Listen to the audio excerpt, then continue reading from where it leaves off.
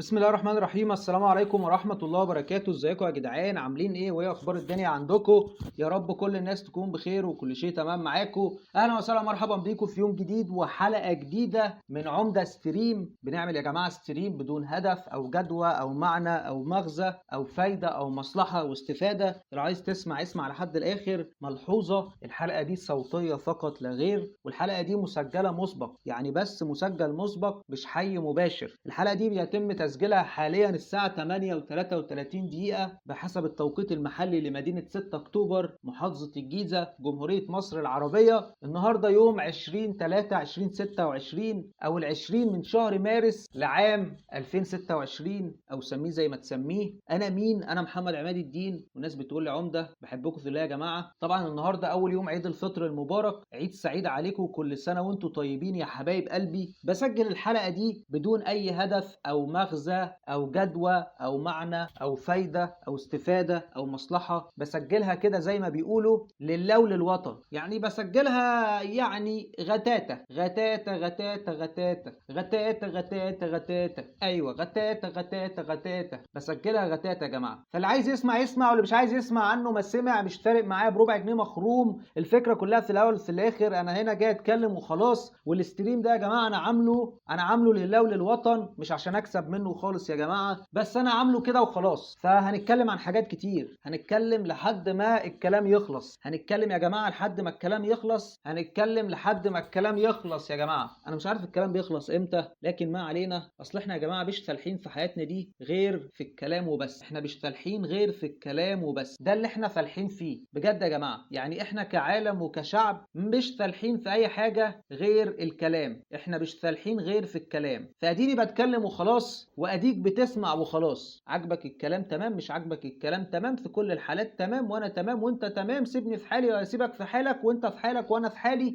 وخلي بالك من نفسك وخلي بالي من نفسي، وكل الناس تخلي بالها من نفسها، ومالكوش دعوة بيا ولا ليا دعوة بيكو، ومالكوش دعوة بيا ولا ليا دعوة بيكو، وأنتوا في حالكم وأنا في حالي والدنيا حلوة. النهارده هنتكلم عن إيه يا جماعة؟ النهارده هنتكلم يا جماعة عن إيه؟ بمناسبة شهر رمضان الكريم خلص، والعيد كمان بيخلص. أول يوم العيد خلص يا جماعة، الحمد لله خلص على خير، وجمعة مباركة عليكم، وعيد سعيد عليكم، وصباح الفل عليكم، وربنا يشفيكم ويخليكم ليا وما يحرمنيش منكم أبدا. أنا مش عارف هتكلم في إيه بصراحة، أنا مش عارف هتكلم في إيه النهارده. قبل أي شيء، قبل أي حاجة، قبل أي حد، يا ريتك تعرف إن إحنا هنا جايين نتكلم وخلاص. يعني إحنا هنا إحنا شغالين، يعني إحنا بنتكلم وخلاص. يعني أنت هتستفيد إيه من الكورة، ولا تستفيد إيه من الأفلام، ولا تستفيد إيه من المسلسلات؟ في الأول في الآخر أنت مش بتستفيد أي حاجة. فيا جدعان الناس اللي بتعمل تعليقات، طبعا الناس بتعمل تعليقات في دماغها عشان اقفل التعليقات. انا واحد قافل التعليقات، انا واحد مش بايع الدنيا، انا واحد مش تحلت جنيه، انا واحد مفيش جنيه في جيبي، انا واحد مفيش جنيه في جيبي. فعشان كده قافل التعليقات ومريح دماغي على الاخر. انا مش عارف هتكلم في ايه بصراحه، انا مش عارف اتكلم في ايه النهارده. لكن بما ان انا فاتح موقع كوره دوت كوم، فيلا نتكلم في الكوره، يلا نتكلم في الكوره. قبل اي شيء، قبل اي حاجه، قبل اي حد، يا ريتك تعرف ان احنا هنا جايين نتكلم وخلاص. يعني احنا هنا مش شغالين في التحليل، ولا شغالين في النقد، ولا شغالين في اي شيء. يعني احنا بنتكلم وخلاص. يعني انت هتستفيد ايه من الكوره؟ في الاول في الاخر انت مش بتستفيد اي حاجه. تعالوا يا جماعه النهارده نتكلم على الدوري المصري الممتاز، بمناسبه ان في ماتشين النهارده يوم الجمعه 20/3/2026. الماتش الاول كان بين حرس الحدود والاسماعيلي، وبما ان انا بشجع الاسماعيلي وزعلان قوي على حال الاسماعيلي وهعيط حرفيا بكل معنى الكلمه، لكن الاسماعيلي بيفجر مفاجاه السنه دي وبيتعادل تعادل سلبي بدون اهداف. اكيد طبعا تعادل سلبي، انت عايز يعني هيبقى فيه اهداف وهو تعادل سلبي؟ تعبيط يا اسطى، انت مش فاهم كوره ولا ايه؟ تعادل سلبي 0-0 بدون اهداف. الاسماعيلي وحرس الحدود، الاسماعيلي في المركز ال 14 والاخير ب 12 نقطه، وحرس الحدود في المركز ال 11 قبل الاخير ب 18 نقطه. والاسماعيلي بيعافر وحرس الحدود بيعافر. احنا هنقول الحدود على طول عشان ايه؟ عشان نوفر وقت ومجهود يعني. وتعالوا نتكلم دلوقتي عن الماتش اللي شغال حاليا ما بين وادي دجله والجونه. وادي دجله حاليا في المركز رقم ايه ده؟ هو ايه اللي بيحصل ده يا جماعه؟ هو ايه اللي بيحصل يا جماعه؟ في حاجه غلط بتحصل، في حاجه غلط بتحصل.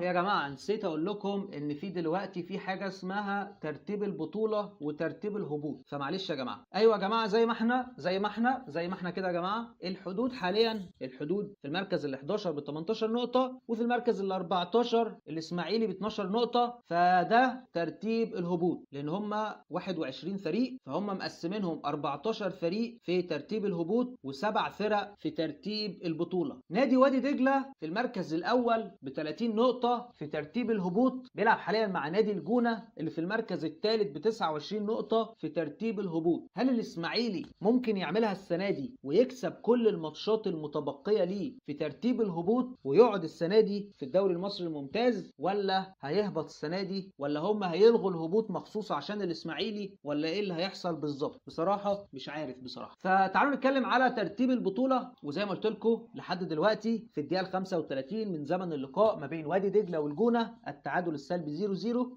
أما ترتيب البطولة يا جماعة، المركز الأول نادي الزمالك ب 43 نقطة، والمركز الثاني نادي بيراميدز ب 43 نقطة، والمركز الثالث نادي الأهلي ب 40 نقطة، والمركز الرابع سيراميكا كليوباترا ب 38 نقطة، وفي المركز الخامس نادي المصري ب 32 نقطة، وفي المركز السادس نادي سموحة ب 31 نقطة، وفي المركز السابع نادي انبي ب 30 نقطة. ده بالنسبة لترتيب البطولة. ترتيب البطولة نادي الزمالك لاعب 20 ماتش، كسبان 13 ماتش، خسران 3 ماتشات، ومتعادل 4 ماتشات، سجل 32 جون ودخل مرماه 13 جون، فرق الاهداف 19 جون. اما نادي بيراميدز يا جماعة فهو برضو متعادل مع نادي الزمالك في كل حاجة، 43 نقطة من 20 ماتش، يفوز في 13 ماتش ويتعادل في 4 ماتشات ويخسر 3 ماتشات، لكنه بيسجل جون واحد زيادة ب 33 جون. لكنه على عكس نادي الزمالك بيدخل مرماه 15 جون، ونادي الزمالك بيدخل مرماه 13 جون بفارق الاهداف 18 جون، عشان كده في المركز الثاني بفارق الاهداف عن نادي الزمالك. اما المفاجأة فنادي الاهلي، نادي الاهلي المصري، عشان طبعا زي ما انتم عارفين ان في نادي الاهلي في السعودية ونادي الاهلي في قطر ونادي الاهلي في الامارات، فتقريبا كده في كل بلد في نادي اسمه النادي الاهلي. فهنا بما اننا بنتكلم عن الدوري المصري الممتاز فاكيد طبعا احنا بنتكلم عن النادي الاهلي المصري. النادي الاهلي المصري والمفاجأة في المركز الثالث مع 40 نقطة من 20 ماتش، يفوز في 11 ماتش ويتعادل في 7 ماتشات ويخسر ماتشين. هو اقل الفرق على مستوى الدوري السنة دي في عدد الخسائر، خسران ماتشين بس، يسجل 33 جون وهو ده نفس عدد الاهداف اللي سجلها نادي بيراميدز يا جماعة، ويدخل مرماه 19 جون وده رقم كبير جدا يا جماعة، وفارق الاهداف 14 جون. وليه قلت ان ده رقم كبير جدا يا جماعة؟ عشان يا جماعة انت عندك الزمالك بيدخل مرماه 13 جون، بيراميدز بيدخل مرماه 15 جون، وعندك سيراميكا كليوباترا بيدخل مرماه 16 جون، ونادي سموحة بيدخل مرماه 13 جون، ونادي انبي بيدخل مرماه 16 جون. يعني كل أندية الدوري في ترتيب البطولة باستثناء النادي المصري اللي دخل مرماه 20 جون او استقبلت شباكه 20 جون، فكل الأندية حافظت على نظافة شباكها اكتر من النادي الاهلي بكتير، وزي ما قلنا قبل كده باستثناء النادي المصري. وفي المركز الرابع سيراميكا كليوباترا اللي كان متصدر الدوري لكذا جولة، وحاليا هو في المركز الرابع زي ما قلنا قبل كده ب 38 نقطة من 20 ماتش، يفوز في 11 ماتش وهو نفس عدد مرات الفوز بتاعت النادي الاهلي، ويتعادل 5 ماتشات لكنه بيخسر 4 ماتشات، ويدخل مرماه 16 جون ويسجل 29 جون بفارق الاهداف 13 جون. وفي المركز الخامس نادي المصري البورسعيدي ب 32 نقطة من 20 ماتش، يفوز في 8 ماتشات ويتعادل زيهم في 8 ماتشات ويخسر 4 ماتشات ويسجل 29 جون ويدخل مرماه 20 جون بفارق الاهداف 9 تجوان. اما في المركز السادس فمعانا نادي سموحة ممثل اسكندرية. نادي سموحة في المركز السادس ب 31 نقطة من 20 ماتش، بيدخل مرماه 13 جون ويسجل 21 جون بفارق الاهداف 8 تجوان، يفوز في 8 ماتشات